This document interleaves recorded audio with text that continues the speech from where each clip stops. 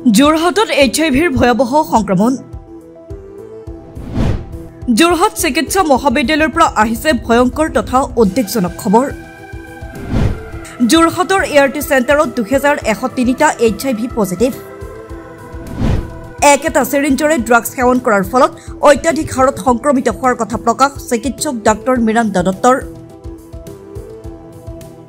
উজনিত ব্যাপক হাৰত বৃদ্ধি পাইছে HIV-ৰ সংক্ৰমণ। যোৰহাট চিকিৎসা মহাবিদ্যালয়ৰ ART চেণ্টাৰত ধৰা পৰিছে 2103টা HIV positive case. Jorhat, Majuli, Golaghat, শিৱসাগৰৰ লগতে পাৰ্শ্বৱৰ্তী অঞ্চলৰ পৰা অহা ৰোগীসকলৰ ভিতৰত বৰ্তমানলৈকে পোহৰলৈ আহিছে 2103টা HIV পজিটিভ কেছৰ ভয়ংকৰ সংক্ৰমণৰ ঘটনা। এই উদ্বেগজনক খবৰ আনিছে যোৰহাট চিকিৎসা মহাবিদ্যালয়ৰ চিকিৎসক ডাক্তৰ মীৰান্দা দত্তই।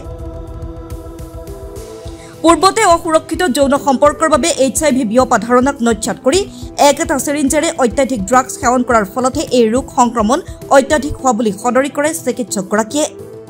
বৰ্তমান সময়ত আমাৰ মুঠতে 2103জন ৰোগী মানে HIV পজিটিভ ব্যক্তি চিনাক্তকৰণ হৈছে আৰু আমাৰ ইয়াত চিকিৎসালয় আছে, ৰেজিষ্টাৰ কৰি হৈছে, চিকিৎসালয় আছে। হয়, লক্ষণসমূহ কি কি হয়? HIV কিছুমান মানে অসুখ, তেওঁলোকৰ ৰোগ প্ৰতিৰোধ ক্ষমতাটো কমি যায়, যিকোনো সংক্ৰমণ আহি যাব পাৰে আৰু বস্তুটো ভাল নহয়। এতিয়া স্কিনৰ যেনিবা এটা প্ৰব্লেম এটা হৈছে, বহুত দিন মানে প্ৰব্লেমটো হৈ থাকে, ড্ৰপ দিলেও ভাল নহয়, তেনেকৈ ডায়েৰিয়া হ'ব পাৰে, কাহ হ'ব পাৰে, যিবোৰ আৰু ৱেইটটো কমি যাব পাৰে, 10% ৱেইট কমি যায়। তেনেকুৱা ধৰণৰ লক্ষণবিলাক দেখা দিলে টেষ্ট কৰা হয়, তেতিয়া তেওঁলোকে RCTC পজিটিভ যেতিয়া হয় তেতিয়া আমাৰ ইয়ালৈ আহে। তেওঁলোক বেলেগ বেলেগ বয়সৰ আছে, কম বয়সৰ বেছি থাকে আৰু 30 বছৰ তলৰ বেছি থাকে, 40-45 তেনেকুৱা থাকে। বৃদ্ধও মানে 60ৰ ওপৰতো 2-এজন আছে, নথকা নহয় কেইজনমান।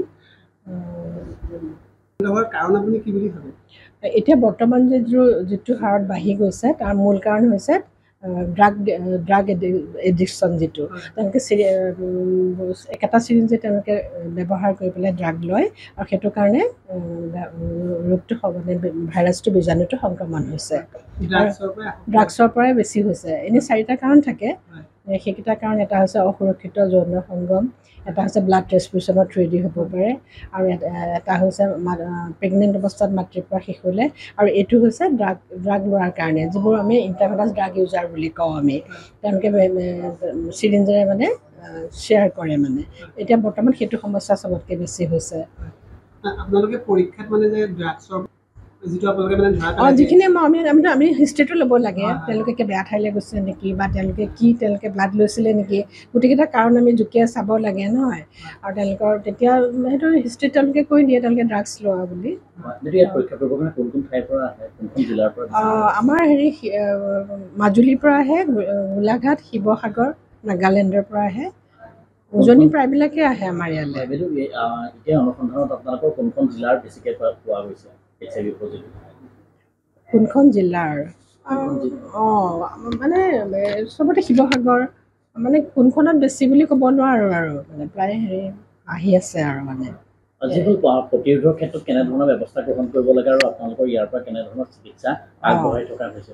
চিকিৎসাটো হৈছে আগবঢ়াই থকা হৈছে, আমি দিওঁ তেওঁলোকক পৰীক্ষা নিৰীক্ষা কৰি লোৱাৰ পিছত তেওঁলোকক মানে HIV পজিটিভ হৈ যেতিয়া আহে, তাৰপিছত কিছুমান ৰুটিন এক্সামিনেশ্যন কৰি লওঁ, তেওঁলোকৰ কিডনীৰ কণ্ডিশ্যন কেনেকুৱা, লিভাৰৰ কণ্ডিশ্যন কেনেকুৱা, তেওঁলোকৰ লিপিড প্ৰফাইল, গোটেইখিনি টেষ্ট কৰি লৈ পেলাই আমি আমাৰ মেডিচিনটো আৰম্ভ কৰি দিওঁ। আৰু সেইটো দিনটোত এবাৰেই খাব লাগে, একেটা সময় মেইনটেইন কৰিব লাগে, তেতিয়া ভাল ফল পায়। আৰু এই দৰৱটো আজীৱন খাব লাগে। আৰু চিকিৎসা সম্পূৰ্ণ বিনামূলীয়া? চিকিৎসা সম্পূৰ্ণ বিনামূলীয়া। আহিব RCTC চেণ্টাৰৰ পৰাহে আমাৰ ইয়ালৈ আহিব। সম্পূৰ্ণ বিনামূলীয়া? সম্পূৰ্ণ বিনামূলীয়া। HIV ভয়াবহ ৰূপ কি হ'ব পাৰে? HIV ভয়াবহ ৰূপটো হৈছে AIDS। তাৰমানে যদি মানুহজনে দৰৱ নাখায়, তেতিয়াহ'লে লাহে লাহে তেওঁলোকৰ অৱস্থাটো, ৰোগ প্ৰতিৰোধ ক্ষমতাটো কমি অৱশেষত তেওঁ বিভিন্ন লক্ষণে দেখা দিব। 10 বছৰ মানুহৰ ভিতৰত তেওঁলোকৰ বিভিন্ন স্কিনৰ ইনফেকশ্যন হ'ব, তাৰপাছত এইবিলাক নিউমনিয়া হ'ব, তাৰপাছত কেঞ্চাৰ হ'ব পাৰে, বহুত ধৰণৰ নিউম'চিষ্টিক কিডনী, মানে বহুত চিৰিয়াছ জটিল ৰোগত আক্ৰান্ত হৈ পেলাই মৃত্যুবৰণ কৰে। এতিয়া আপুনি যুৱ প্ৰজন্মলৈ কি বাৰ্তা আগবঢ়াব? যুৱ প্ৰজন্মলৈ মই এইটোৱে বাৰ্তা আগবঢ়াওঁ, তেওঁলোকে যাতে তেওঁলোকৰ নিজৰ বৰ্তমানৰ যিখিনি কৰ্তব্য তেওঁলোকে পঢ়া শুনা কৰি নিজৰ জীৱন গঢ়াত তেওঁলোকে ব্যস্ত হৈ পৰে আৰু তেওঁলোকে যাতে কোনো আসক্তি থকা বস্তুৰ প্ৰতি পৰা তেওঁলোকে আঁতৰি থাকে আৰু বিশেষকৈ ড্ৰাগ যাতে তেওঁলোকে নলয়। আৰু তেওঁলোকৰ পিতৃ মাতৃ আৰু অভিভাৱককো মই কওঁ তেওঁলোকৰ ল'ৰা ছোৱালী তেওঁলোকৰ সন্তান ক'ত গৈছে কাৰ লগত আছে সেইবিলাক যাতে তেওঁলোকে লক্ষ্য কৰে, পৰ্যবেক্ষণ কৰি থাকে। আনহাতে যোৰহাট কেন্দ্ৰীয় কাৰাগাৰত আছে বহুগৰাকী HIV পজিটিভ ৰোগী। সময়ে সময়ে যোৰহাট চিকিৎসা মহাবিদ্যালয়ৰ তৰফৰ পৰা সেইসকল ৰোগীক আগবঢ়াই অহা হৈছে বিনামূলীয়া চিকিৎসা। বৰ্তমান HIV সংক্ৰমিত ৰোগীৰ ভিতৰত বিদ্যালয় মহাবিদ্যালয়ৰ ছাত্ৰ ছাত্ৰীও যথেষ্ট। চিকিৎসক সমাজৰ পৰাও অনুষ্ঠিত কৰা হৈছে বিভিন্ন সজাগতামূলক অনুষ্ঠান। অভিভাৱক তথা সমাজৰ বিভিন্ন লোকসকল সচেতন নহলে পৰৱৰ্তী সময়ত ই ল'ব পাৰে ভয়ংকৰ ৰূপ। জেলতো বহুতো ৰোগী আছে, কয়দীসকল বহুতখিনি আক্ৰান্ত হৈছে মানে এইটো ভিতৰৰ পৰা হোৱা নাই।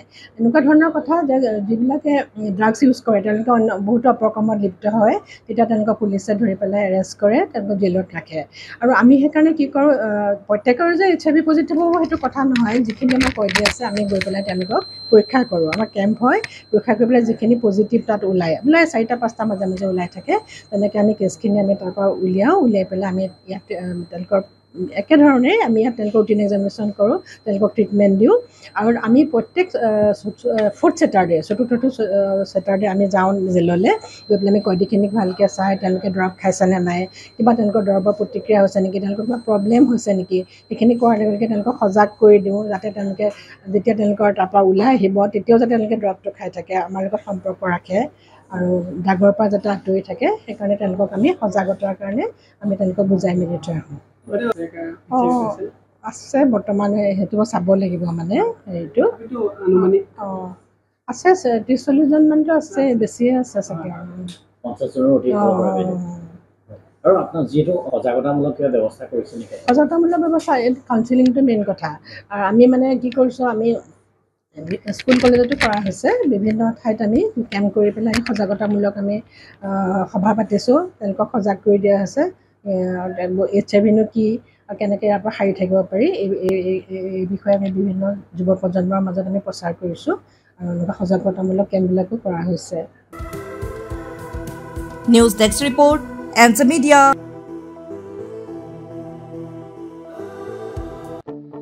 আপোনাৰ সপোনৰ ঘৰখন কেনে হ'ব? আপোনাৰ সন্তান আৰু আপোনজনৰ সৈতে কেনেদৰে কটাব আপোনাৰ আজৰি সময়? এই সকলোবোৰ সমস্যাৰ সমাধান লৈ শুভম গ্ৰুপে আপোনাৰ বাবে লৈ আনিছে আপোনাৰ সপোনৰ ঘৰখন।